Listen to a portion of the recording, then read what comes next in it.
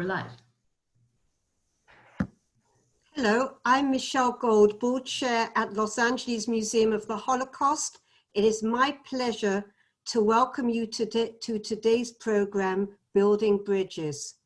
Building Bridges is a monthly discussion series that brings together leaders of community organizations for a conversation about working towards common social justice goals. For today's discussion, we are delighted to welcome young leaders from each of our 4 partner organizations. Maya Gomez Ocades, Deputy Director, Research and Communications, Hispanas Organized for Political Equality, Hope. Ashley McCullough, Young Professionals President, Los Angeles Urban League. Sarah Moody, 4th year rabbinical education student at Hebrew Union College and a Seminary Fellow at the Jewish Center for Justice, and Nancy Yap, Executive Director, Center for Asian Americans United for Self-Empowerment Cause. The conversation will be moderated by Dan Shner, Professor at USC's Annenberg School of Communications and board member at Los Angeles Museum of the Holocaust.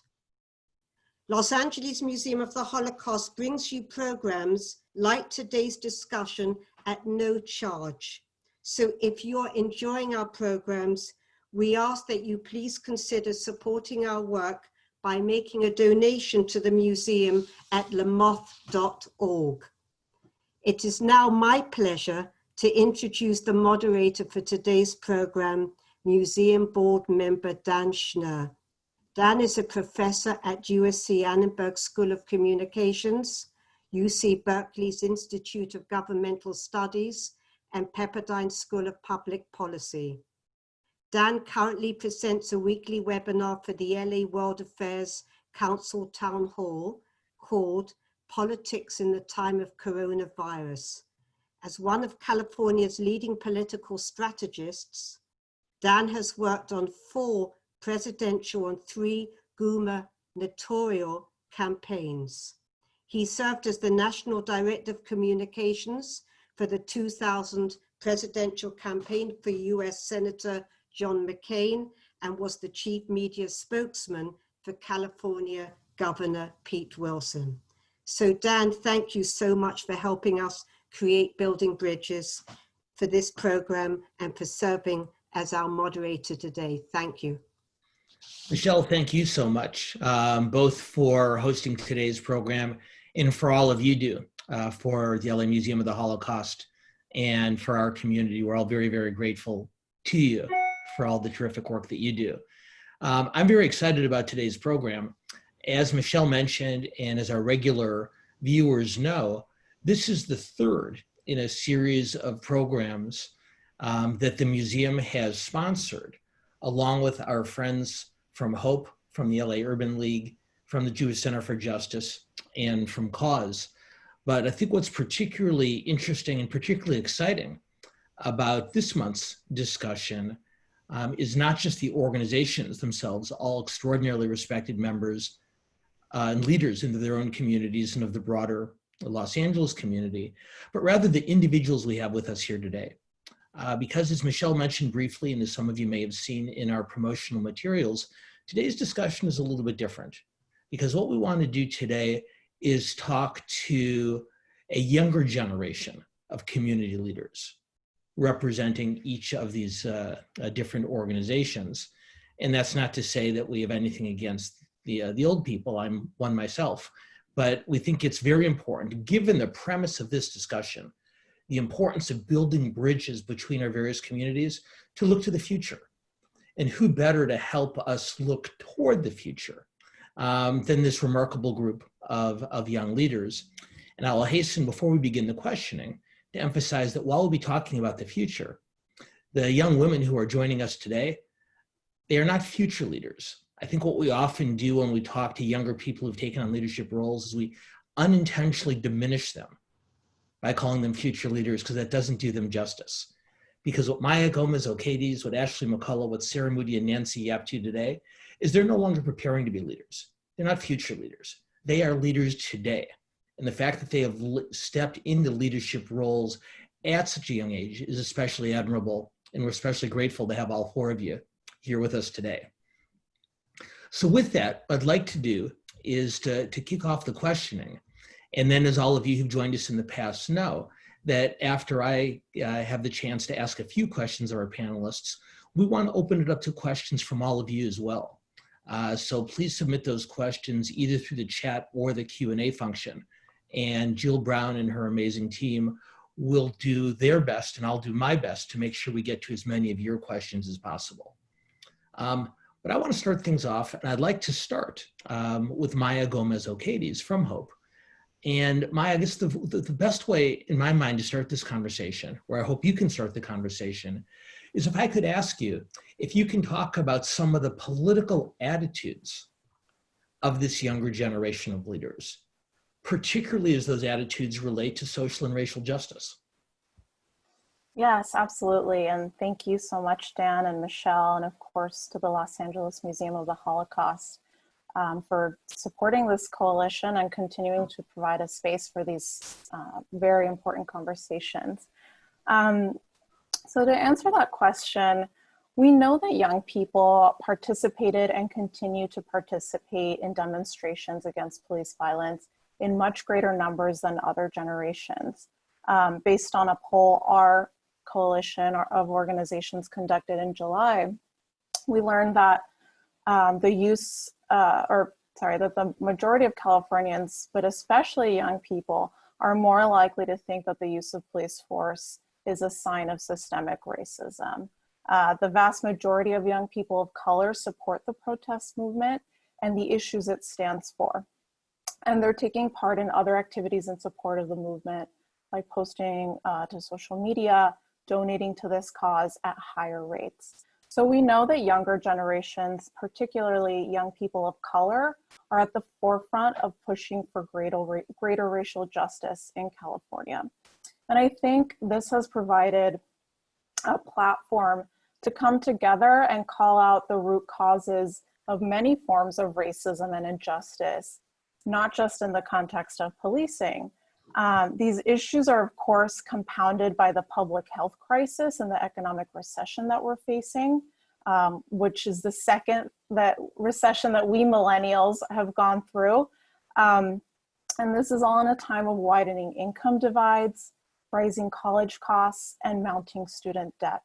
So all this combined with the disproportionate impact the pandemic is having on Black and Brown communities because of the disparities that are being laid bare, and its disproportionate effect on young people's jobs. And I know the other panelists will talk about this a little more in depth. This is all shaping our younger generation's perspectives. And because this is a youth-led movement, we can't just think of its impact within the short term and short-term outcomes of this year or even the next. These are the issues that are going to shape our priorities as a state and as a country for decades to come. So I want to start this conversation by underlining not only the urgency of this activism, but how it truly represents the future. Maya, thank you very much. And what I'd like to do next is I'd like to turn to Ashley McCullough, the president of the Urban League's Young Professionals Organization. And Ashley, I'm told that you recently ascended to the presidency, so congratulations on your new leadership role in the organization. They're lucky to have you. So I'd like to pick up on where Maya left off, if I can. And Maya talked about various types of participation and engagement. So my question for you, Ashley, is given that we're in the middle of such a critical election year, it's barely 90 days until the election, how important is it for young people to transform this widespread activism that we're seeing? How important is it for young people to transform this activism into voting? And I would add, just to add on to the question, what would you say are the biggest challenges to increased voter participation for young people and for members of communities of color? Yeah, thank you, Dan, and thank you for having me today. So I think, you know, it's no secret what we've experienced as a Black and Brown community throughout these 7 months in the year, between police brutality and the number of deaths that we've seen from COVID-19, and then how that spun into the loss of jobs and impact on families in terms of education. And so, you know, I think the movement due to the police brutality across the country and in some terms the nation and the world definitely needs to move that same energy into voting, because what we have to understand is that it impacts us directly, right? Because we are the next generation that will head up this country. So I believe that all of this has sparked our interest, but we have to make sure that we are truly educated and know the importance of voting. And that starts by voter education and making sure that we understand it is not just the importance of voting for the president, right? But we also have to understand the importance of voting for our state and local officials as well.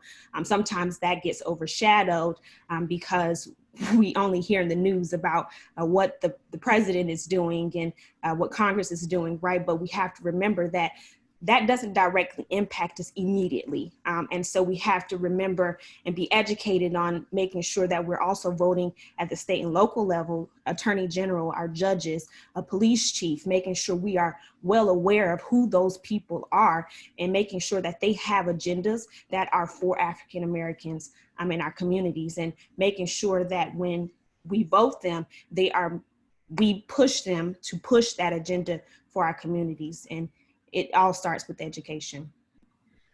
Ashley, thank you very much. And Nancy Yap, I'm going to turn to you next, because Ashley makes a couple great points about education and involvement. And so I guess the question I'd ask you is a follow-up to Ashley's points, Nancy, if I can, is we've talked a little bit about voting, but more broadly, how can young people most effectively make their voices heard in this political conversation and have the type of impact that Maya and Ashley are talking about? Sure, and I think I'm just going to candidly say that I'm going to respond from the perspective and knowledge of the Asian and Pacific Islander community as a leader in that community. And so I think what I found to be really reassuring in both the polls and in the idea that the younger generation, including myself, are also much more engaged in getting out there in terms of demonstrations. And I think there is an understanding around voter education.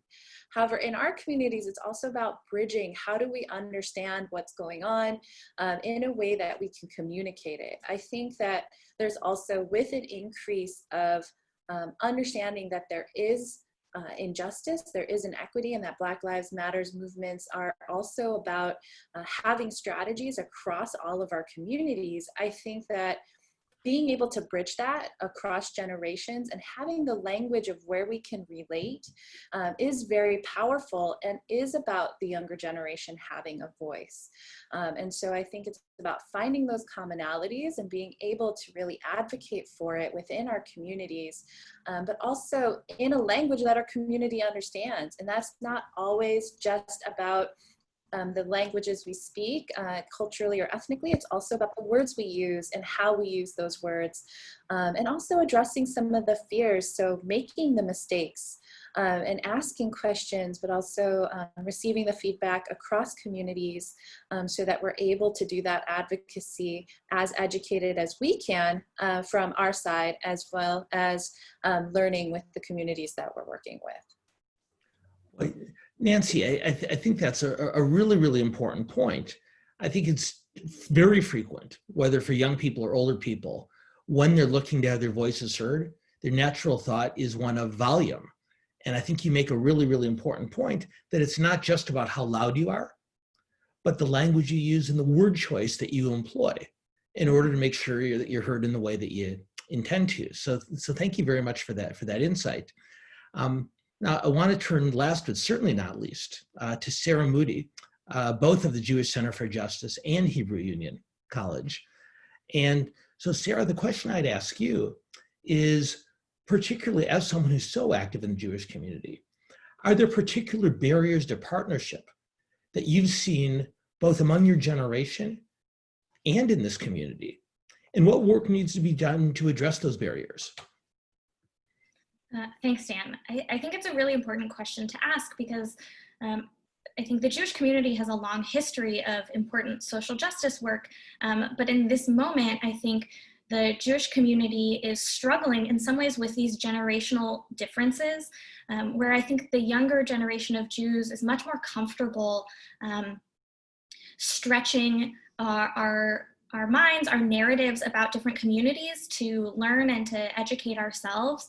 And I think it takes a little bit more work for some of the older generations of Jewish communities who just grew up in a different world than we grew up in. I think there is, in general, there can be a reluctance to acknowledge inherent racism within the Jewish community that is a product of the way that white supremacy functions in America. And I think that there's a fear of admitting that it's our problem too. It's not a problem outside of the Jewish community. And it's a problem that affects the Jewish community because Jews of color are affected by the racism in their Jewish communities all the time. And we have to start to acknowledge that.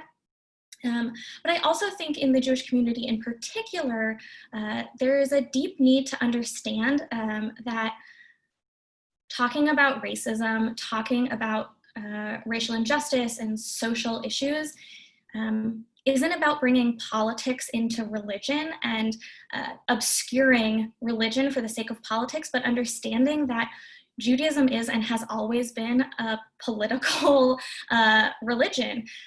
From the very beginning, we see, right? The first uprising we see, Moses kills a slave master because he sees injustice in the world, and that leads to the Israelites eventually obtaining their freedom from slavery. So that is a political act.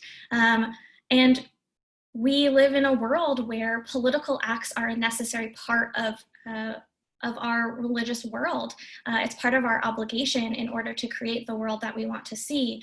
You know, God forbid that it requires violence, but I think that recognition within our own story that justice work and that political work is inherent to who we are is important.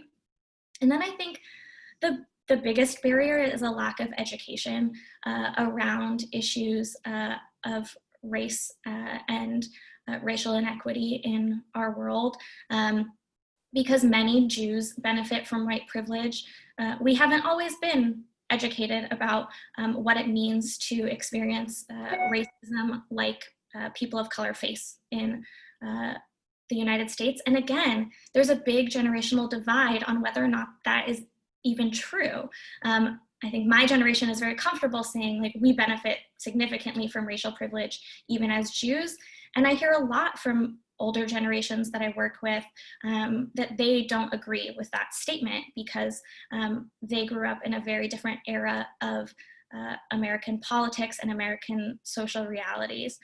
So I think a lot of it is about understanding what's the story that I'm being told about other communities.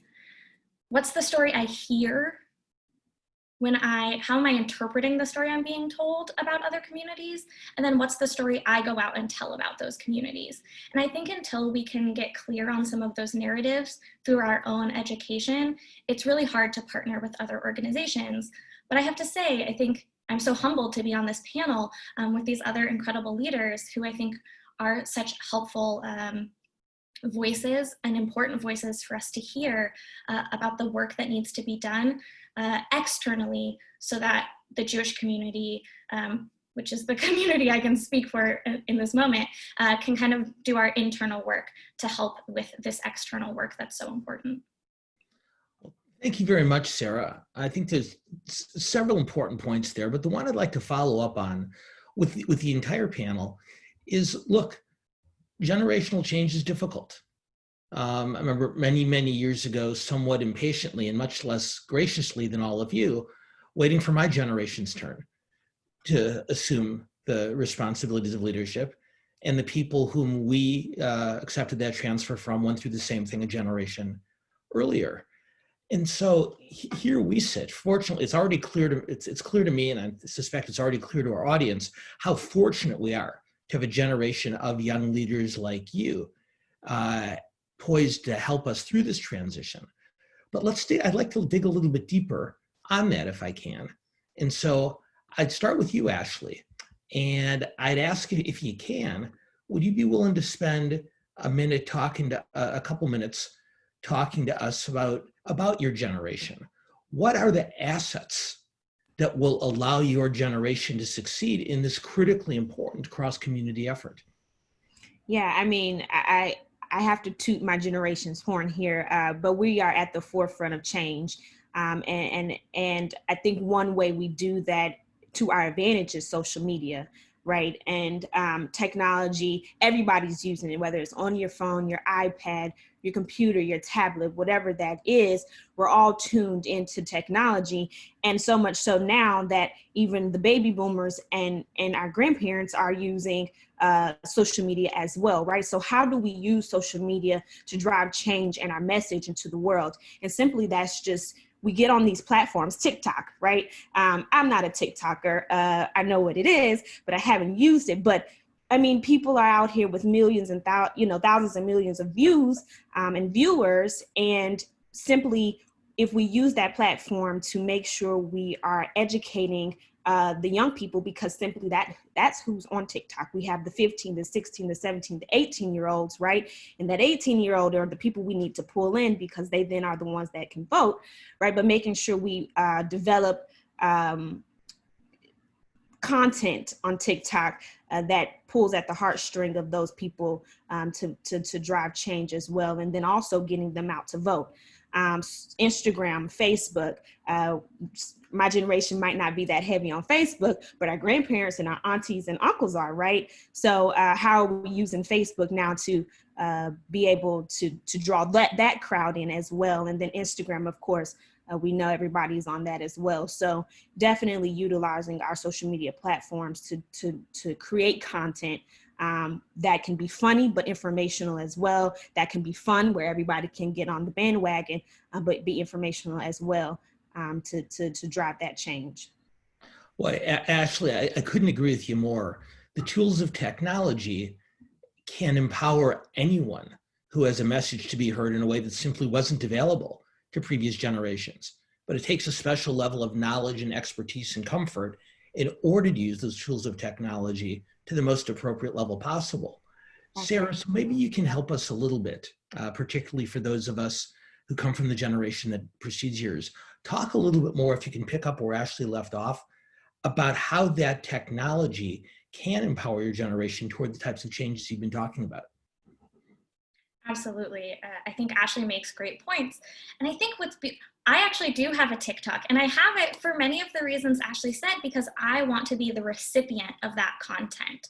I think that one of the beautiful things that social media has given us, and it has plenty of problems also, but it has given us so much access to other people's stories, ideas, perspectives. I don't have to operate only in the silo of my own community. I have access to Black TikTokers who are telling their stories. I have access to Latino TikTokers, to Asian tweeters. Yes, Twitter's still a thing. I know it surprises some people, but of my generation, right? I get to follow all of these different voices, Jewish voices, people of color, people of different generations, and I get to hear their perspectives and I learn from them. And I think what's so powerful about that is when we only know our own perspective, we can't learn to empathize with the experience of other people. And social media has made it so apparent what's happening in other people's lives. I mean, think about all of the social justice causes, or the racial justice causes in particular, that have been sparked by a video that was recorded and uploaded to social media. Those moments are causing fundamental shifts in the way that my generation interacts politically. And and lest everyone think that social media is only being used for like frivolous things or to post these videos and do nothing, these videos and this content is being posted with calls to action. It is amazing to watch. I work a lot with teens. It's amazing to watch the content they post and the actions that they call for. It's so rare that I see a teen post something about racial justice without then stating the action that they're doing to achieve it, which is different even than I would say my generation of like late 20s, 30-year-olds. We do tend to be a little bit more comfortable just posting something and feeling like we've done enough. And the teens and the young adults that I see are so action oriented because they get that the only way to change the story is to be a part of the story. And that I think is a huge gift of technology. Sarah, thank you. I think you and Ashley both make really important points about the benefits of these communications platforms. There's a famous quote from years ago. Marshall McLuhan once said, "The medium is the message." But Nancy, the message is much more than just the medium. So technology provides tools and it provides a platform for a message to be heard. But I know you've spent a lot of time thinking about other ways that this generation, that your generation, can communicate differently than those that preceded it. I'm wondering if you can talk about that a little bit. Sure. I think that from a communication standpoint, I think there are, there's a lot of history in a lot of our communities, and it's so diverse. And I think understanding history, and I feel like I'm also seeing a lot of young folks really interested in learning their histories. But learning our history enables us to connect to different generations, our older generations, and be able to bridge it a little bit better. I think what's really fascinating to me, and to kind of bring that together with the social media tool, is how I think in the past, things like translation and how to have difficult conversations in language have been really difficult.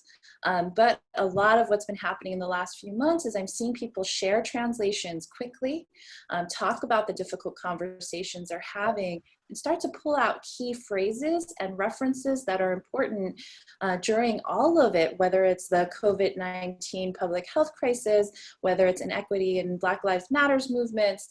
I think having the access, but also having a close understanding of our culture and our history has enabled us to bridge really nicely. And I think we just have to keep doing it. I also think there's a fun to it. Actually, while you both were talking, I was just really thinking about, social media has been seen by older generations as sort of like a frivolous networking thing.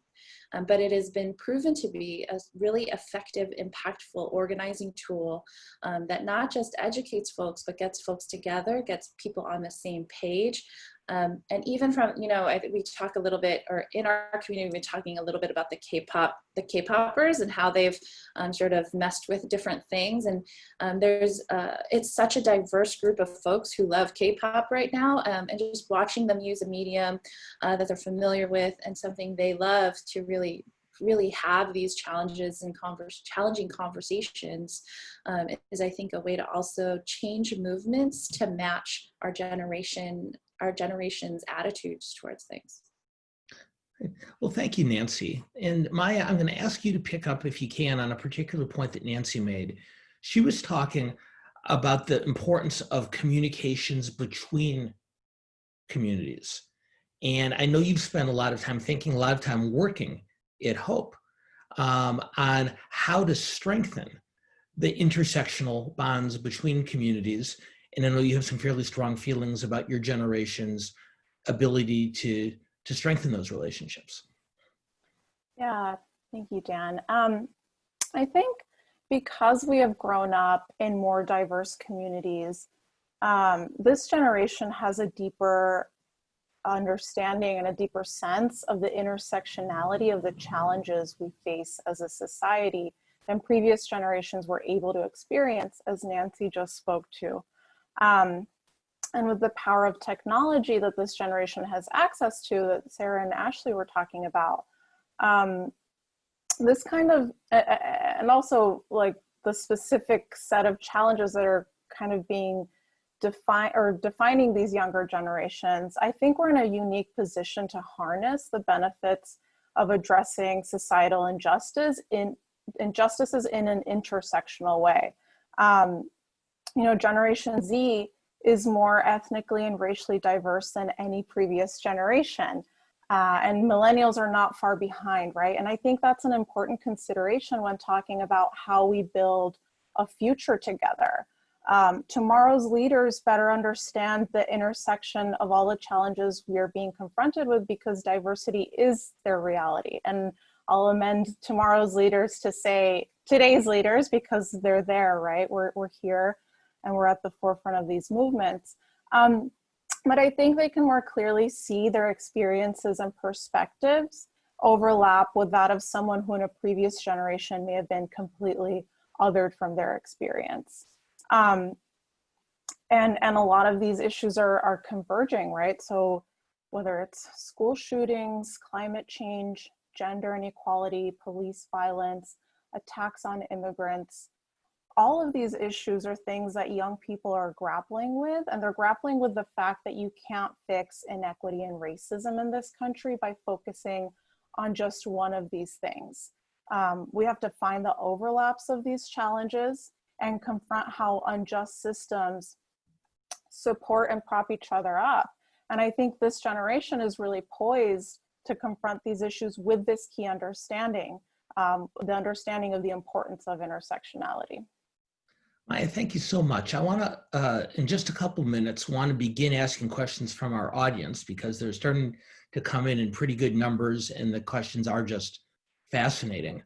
But just before I do, I'd like to put one more question to each of you to talk about next steps for moving forward in the most productive and the most impactful way.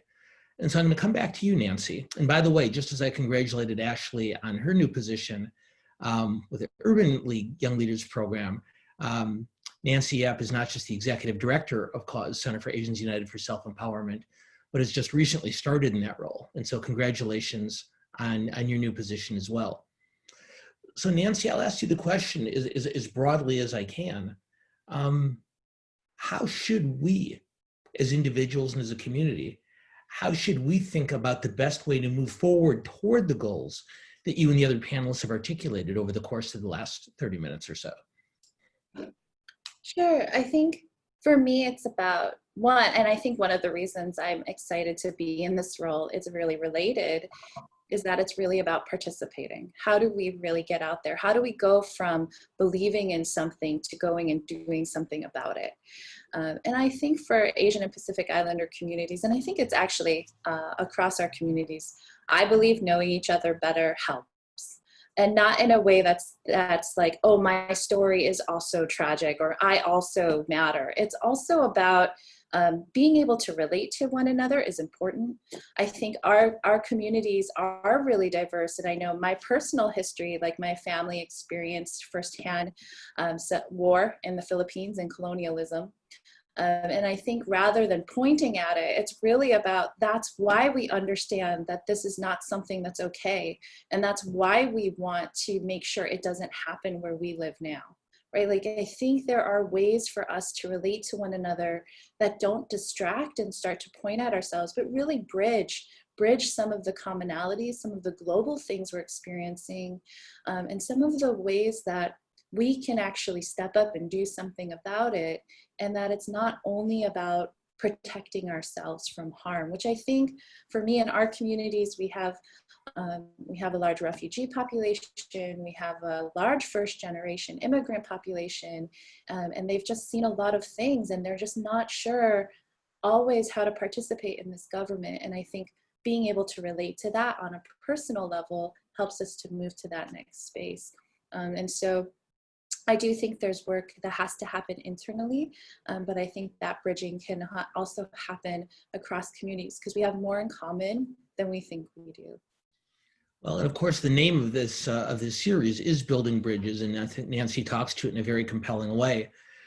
Sarah, I'm going to come to you next, and I'm going to ask a question a little bit more specific to the challenges for the Jewish community, if you're all right with that, because one of the challenges for Jewish Americans in taking these steps is that the threat of anti-Semitism is often talked about differently than other types of bigotry and prejudice. So you talked earlier, I thought, in a fascinating way about how Jewish community members can learn about racism directed toward others. But I'd ask you to take that point from earlier and go a step further with it. How should the Jewish community think about the threat of anti-Semitism in its similarities and its differences from the other types of bigotry and prejudice that we've talked about? Dan, I think it's a great question, and I really think a lot of it relates to what Nancy was saying about letting our own experiences help us understand other people's stories. We talk about anti-Semitism as if it's a very different thing than other types of oppression and harms, but the truth is that white supremacy also upholds anti-Semitism as it upholds other types of bigotry and oppression and hatred.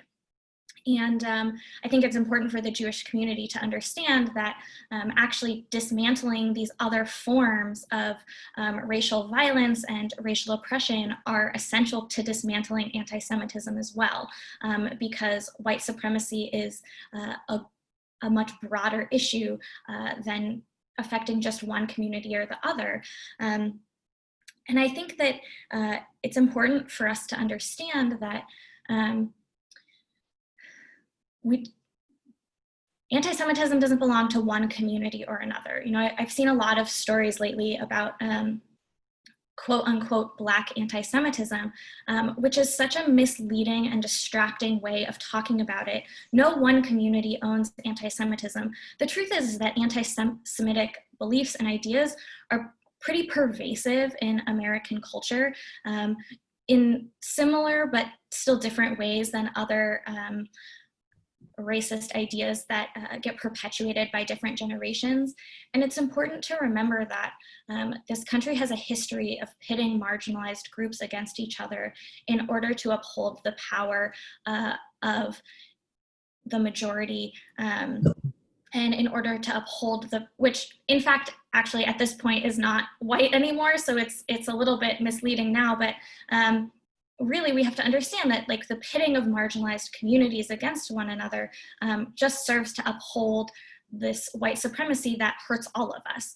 And I think that it's essential in this moment for the Jewish community to do exactly what Nancy said, to take our own story and let it not distract us from, but inform the way that we hear other communities as they share their stories and their harms.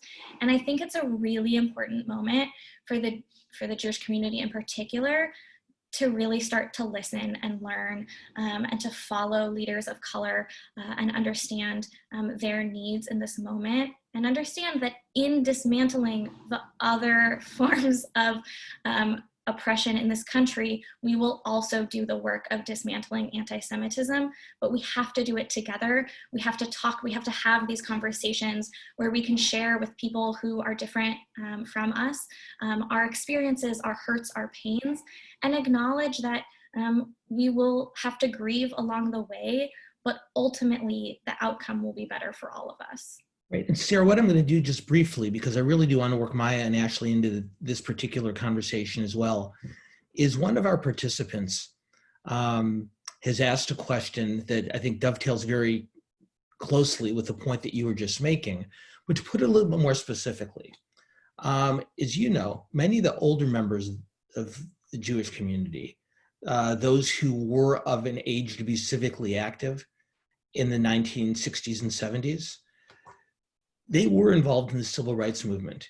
And many of them do feel a little bit confused and a little bit confounded on how today's challenges are somewhat different than those which they fought back in an earlier era. I'm wondering if you could take the next step and frame the point that you just made, particularly for a prior generation of civil rights activists, and help them understand a little bit better how to apply those sentiments on today's landscape. It's a great question, and it's a thing that gets discussed a lot in the Jewish community. And the truth is, in the civil rights movement, Jews primarily functioned as allies to the Black community in that work. And it was important work, but Jews were coming at it from a different perspective because our role in American society was different. And I think that we're in a different historical moment for Jews where we have to recognize as a Jewish community the ways that we also benefit from white privilege. Not just that we recognize that it exists and that we see it, but that we take responsibility for the ways that we are benefiting from it as a community that often many of us benefit from white privilege. I also think that when I say that the Jewish community has a lot of work to do, I don't mean that we've never been engaged in this work at all. I mean that it's not enough to stop and say Abraham Joshua Heschel, a great Jewish leader, marched with Dr. King, and therefore the Jews have done enough work on the civil rights movement. There's so much more work to be done. We're not in a world without racism and hatred, and we can't rest on our laurels because we have worked on these issues previously. Boy, I think that is such an important distinction, Sarah, and I think it helps a lot. I think when you clarify and say there's a lot of work to be done, making it clear to people who have put in a lot of work in the past, making clear what you're saying is we're grateful for the work that you have done, but there's a lot more to be done. And I think that's a really important distinction. So thank you very much. I want to broaden the conversation back out. Obviously, this is a particular set of challenges that Sarah has addressed to the Jewish community, but in different ways, it's one that every community faces.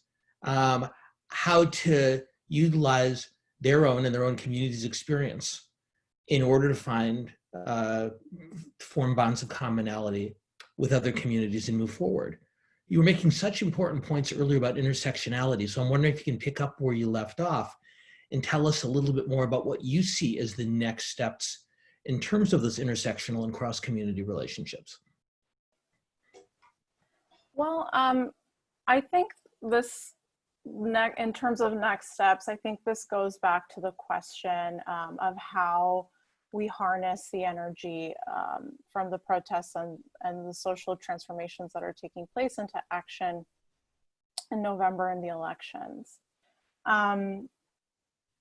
And again, we've spoken throughout this panel about the stark generational divides in California in terms of political preferences and attitudes about today's issues.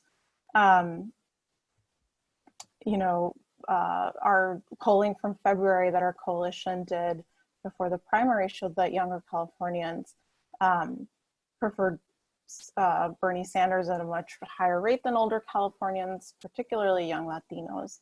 And that Biden was among the least preferred Democratic candidates among young people. And at the same time, other polling shows that 80% of Gen Zers and millennials disapprove of Donald Trump, compared to half of that for Gen X voters and baby boomers. So this shows us that young people are coalescing around these issues and that there is a generational shift in what young people want our government to look like. And so I think in one way or another, we can expect to see these trends play out in November. I think, well, there's research that shows that protest energy can boost young voter turnout. There's a report from 2018 that says that young people who were aligned with the Parkland gun control movement were 21% more likely to vote. And this current movement for Black Lives has been described as the largest in American history, with 10% of Americans participating in it. And so while I believe young people have an understanding of the importance of this election, we can't take for granted the importance of engaging young people to vote from now until November, and of tapping that energy, especially when it is so focused on solidarity and on cross-cultural understanding. Thank you so much. I have about 11 follow-up questions I'd like to pose to you, and unfortunately, we're not going to have time for them all. But I'm equally eager to turn to Ashley, because Ashley, you began this conversation by talking about the importance of voting, and Maya was just referencing it earlier. But I'm wondering if you can take a step back, and I think we all agree on the critical importance of voting this November. We have some questions about that we'll come to before we close today. But I'd like you to take a bit of a longer term perspective for a moment beyond this election. So the day after November 3rd and going forward, what do you see as the most important longer term challenges for all of these communities, for all of our communities to address together? Like I said, the president voting at the president level is great, right? But the state and local is even more important, because that's what directs us directly. And I think one thing that we all really are going to have to come on the same page about is education. We know that African Americans are a large group that are impacted greatly in education in a negative way.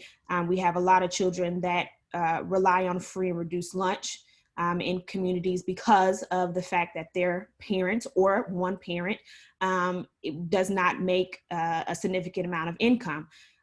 We have students that do not have the technology at home to succeed at the rate of our white or Latino Asian counterparts because of the fact that their parent, a lot of time, one parent household, does not have that income to provide sufficient technology and other resources that other their fellow students may have. And so I think we really have to come together to figure out how can we all be a part of the conversation to make sure not just white kids are getting the resources, but how can we also extend that to our Black and Brown communities as well, because we are the ones being impacted. And now with COVID-19, if we didn't already have that issue before, it's now even more an issue now of how we go forward with, the fall starting in August for our kids. A lot of parents are scared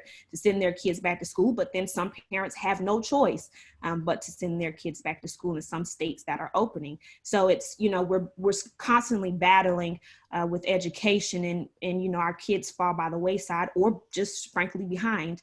And so we really have to come together to figure out how can we allocate those resources to the African American community as well.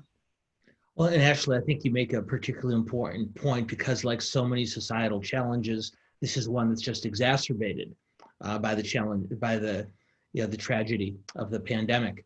Many of you may have seen studies that have been done that show that the average K through 12 student in our society is going to lose roughly 6 months of education if they are forced to remain reliant on online learning and distant learning from now until January of 2021. And when you break out those numbers by racial and ethnic group, it is the amount of loss of educational opportunities and time lost becomes much, much greater in underrepresented communities. And so I think Ashley's point is a particularly important one. We have several questions from our audience, but there's one in particular, which I'm not going to try to paraphrase. I'm just going to read it out loud. And Nancy, I'm going to start with you. And if others would like to weigh in on it, I would welcome that. Here's the question. One of our audience members says the following: I've been hearing and reading a lot lately about how people of color, especially younger people, are getting tired of having to educate white people about racism and white privilege, about having to use so much of their time and energy in this area. What does the panel, starting with you, Nancy, what does the panel think about this? And how can people of privilege gain a better understanding and expand their thinking? So really 2 questions there, Nancy. Number one, is it difficult? Is it annoying? Is it fatiguing for well-meaning individuals to ask to be educated? Because there's a lot of people who I respect who are leaders in various communities who say, it's not my job to educate you. So number one, is it difficult? And number two, I'll read the questions directly out. What does the panel think about how people of privilege can gain a better understanding and expand their thinking? Sure, I think for me, so I will admit it is fatiguing, right? Like I think that we actually, I know for me, a lot of my peers were talking about how to manage this. So I don't know that there's a clean answer, but what I do know is that the answer is your own. Like I know the lines I draw. I know who I will invest in and who I won't. And I also want to know I'm being asked because we're about to create solutions together, not because I'm going to inform you of something you don't understand. I think there is something, and I'm going to roll into one of the other questions about ethnic studies, because I'm an ethnic studies, or I'm a product of ethnic studies myself. Is that I have to put some of that onus on myself to learn and educate myself and bring something to the table. And so if I am going to ask a peer for advice or help understanding something, I'm going to come to the table with some knowledge and academic study of my own. And I think that I can hold myself accountable to that so that I know that the person I'm speaking with, and I think this is what I appreciate too, is when people reference like, we've done some of the work and here's where we're a little bit stuck. Because then I know there's been investment beyond this inquiry of me solving a problem. Because I do see it as a learning together moment. Hey, Nancy, would anyone else from the panel like to weigh on either of those two questions? Either about the challenge of quote unquote educating, or alternatively, how can others gain a better understanding and expand their thinking? Ashley?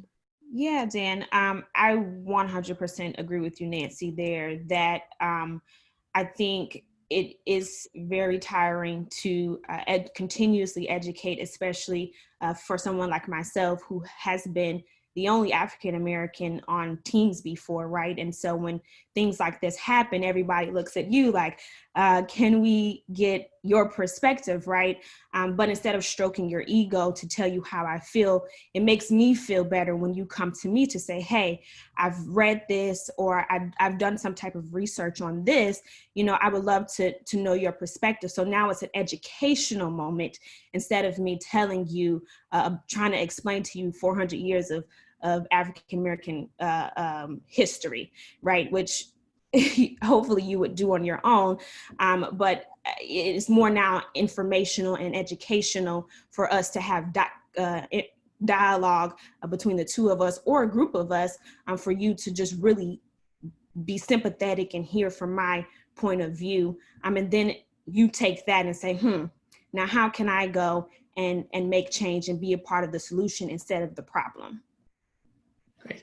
Ashley, thank you very much.